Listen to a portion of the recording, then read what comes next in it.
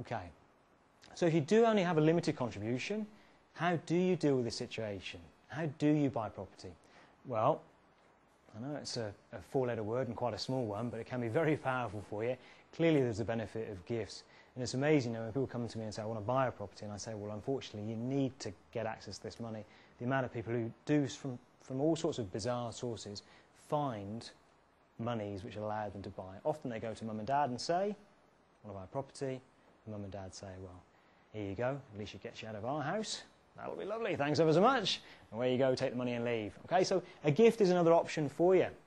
Yeah, but again, unfortunately, not all of us are in that situation when mum and dad have got access to thousands of dollars just in a bank account just to give us. I won't go into too much detail, but if mum and dad do have a property in which they have equity in, i.e. they've paid off a proportion of their mortgage, and they are prepared to assist you, we can actually work on that process for you. It's quite a new thing, family equity. Your mum and dad basically use some of the equity in their property to help you buy your first property. Okay? If that's something that is of interest to anybody, obviously I'll explain that in more detail, but it's probably not relevant for this particular scenario, situation. So if you do have a limited contribution, first homeowners grant, gift, beg, borrow, not steal, and family equity if you can't get it from one of those sources. Now, let's say for argument's sake that you've managed to get your contribution, you've got enough money to go out and buy the property. When I say you've got it, you're going to get access to the first homeowners grant, and mum and dad are going to cash in some shares for you and give you that money, but they can't give it to you today.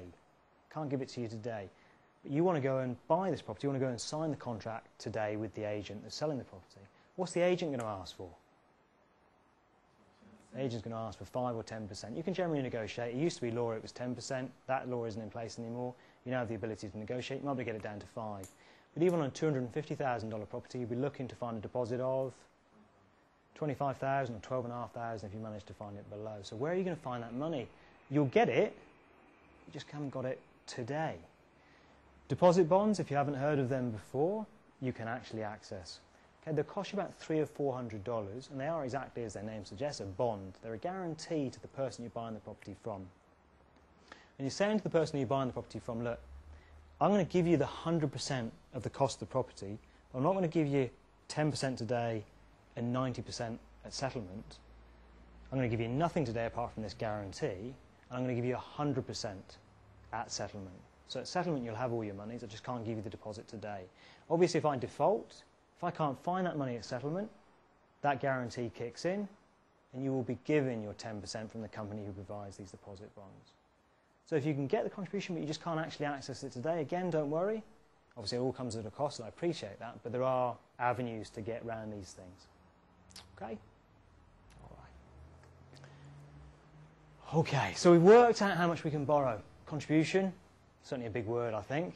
The second side of it is serviceability. Can I afford to repay the mortgage?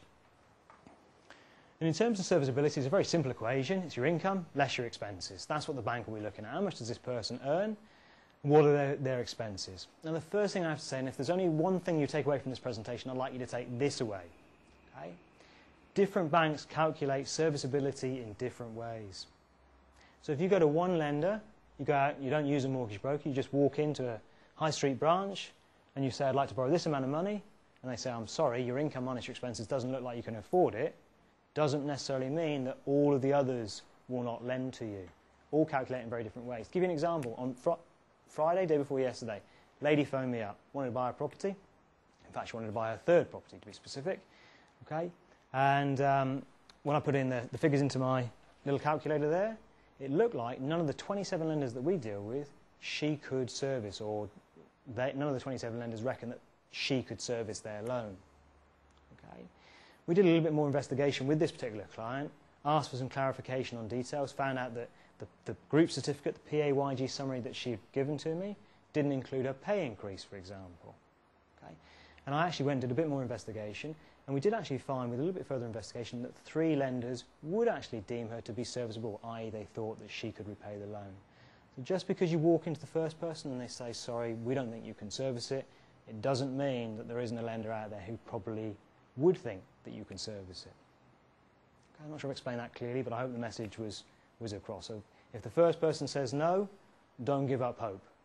There you go. Income minus expenses.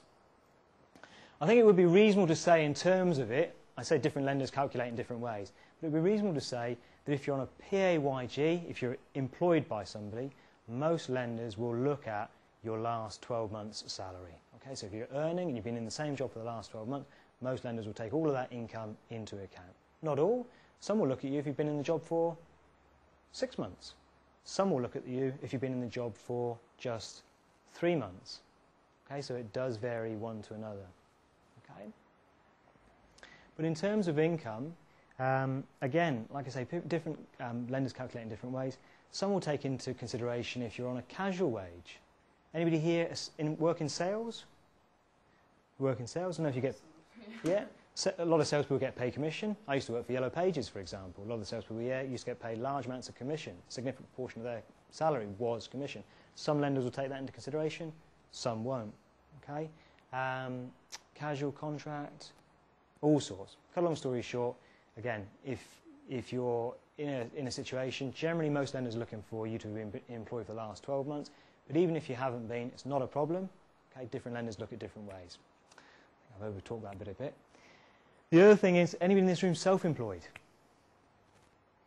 You're self-employed as well? Self-employed and on commission, all right. In terms of self-employed income, like most lenders prefer for you to have been employed for 12 months, most lenders prefer for you to have been self-employed for 2 years. Not all, but most. Self-employed for 2, employed for a year. Okay?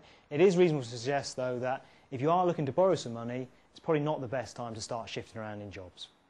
So if you are looking to buy, it's not the best time to start moving jobs for the reasons I've just explained.